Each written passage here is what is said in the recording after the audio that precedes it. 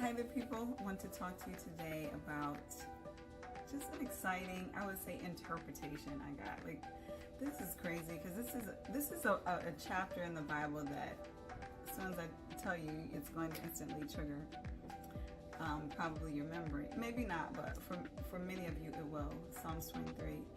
And as much as I love this chapter, I'm going to be honest, there's a part of the chapter that always tripped me up every single time I would read it until recently.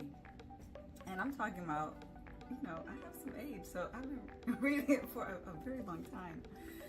But it's beautiful. It's a beautiful, chapter. And the verse literally right before the verse I'm talking about, as I walk through the valley of the shadow of death, I shall fear no evil, for you are with me. Your rod and your staff, they comfort and protect me. Like,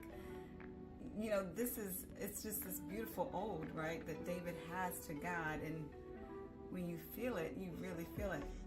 And that part is so beautiful because you can place it in your own life, and knowing that life can be unpredictable and knowing that God is there no matter what. Well, what's interesting is that next verse, and it says, he will prepare a table in the presence of his enemies. This is what David's saying, And then you think, well, God, you're going to prepare a table in the presence of my enemies? I don't know about you. I don't think I'm a coward, but like that doesn't sound like an exciting situation or dinner party for me to be hanging out eating around my enemies. I don't want to be around my enemies. I don't want to be in the presence of my enemies. And so if I'll be honest with you, I struggled with this for years. Like, well, God, why would I want to be in the presence of my enemies? And this last time, I asked him that, and the answer was amazing. It was actually rather beautiful. And what he said to me was, you want a big table. You want a global presence even, which I do. I want to have a positive influence on people around the world. I would love to do that. And he said, if you're going to have a big table, you're going to be sitting at a big table. How can your enemies not see you given the big table that I'm going to give you? And I was like, whoa, blew my mind.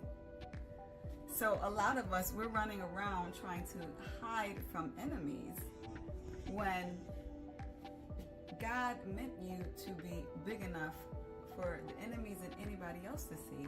And God is obviously big enough to protect you from any enemy.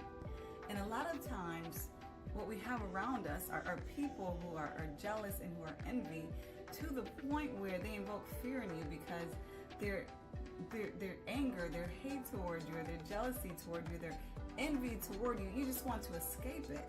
But it's not about escaping anybody's feelings or emotions or plot against you. It's about having protection and covering with God no matter who's around. And so that's what he showed me, is that the focus is wrong. If I'm focused on whether or not my enemies are around when he gives me a table, I'm focused on the wrong thing. I'm supposed to be focused on God. And so when he says he's going to prepare a table for me or you in the presence of enemies, what he's saying is that the world is going to see how he's going to bless us, bless me, bless you, to the point where everybody's going to see it. And if everybody's going to see it, well, of course enemies are going to see it because the blessing is that big. The table is that big. And so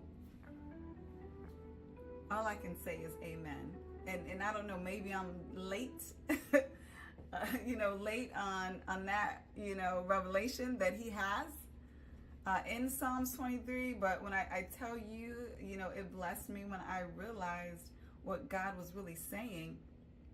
And when I allowed myself to change my focus from one of fear of non-confrontational to faith and the lack of relevance of the enemy. So yes, he will prepare a table in the presence of your enemies. That does not mean that the enemies are going to have any power to interrupt your meal.